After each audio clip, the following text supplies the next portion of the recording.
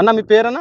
ఈరన్న ఈరన్న. ఈరన్న ఏ ఊరండి మీది? దేవేటనా. దేవబెట్ట. ఆ, ఏ మండలం కిందకొస్తుందిది? ఇది యమ్నూరు మండలము, కర్నూలు జిల్లానా. ఎమ్మిగనూరు మండలము, కర్నూలు జిల్లా. కర్నూలు జిల్లా. మీరిప్పుడు ఏసినటువంటి పత్తి ఏ రకమన్న ఇది? ఇది గంగ కావేరి సీడ్స్ అన్న. గంగా కావేరి ఆ, సీడ్స్.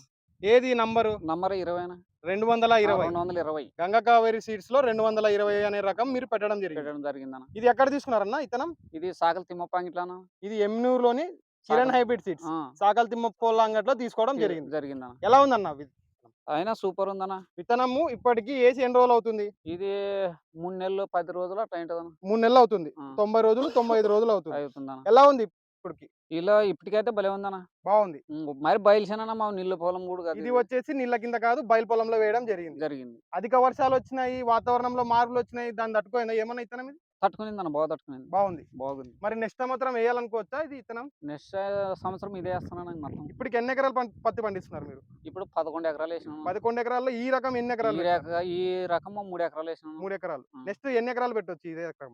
10 ఎకరాలు వేస్తానని ఇదే 10 రకం ఎకరాలు ఇదే ఇత్తనం పెడతారు. పెడతాం. గంగా కావేరి సీడ్స్ 220 అనే రకమే 10 ఎకరాలు పెడతారు. 10 ఎకరాలు వేస్తామన్న నెక్స్ట్. ఖచ్చితంగా. ఆ. ధన్యవాదాలు. థాంక్యూ.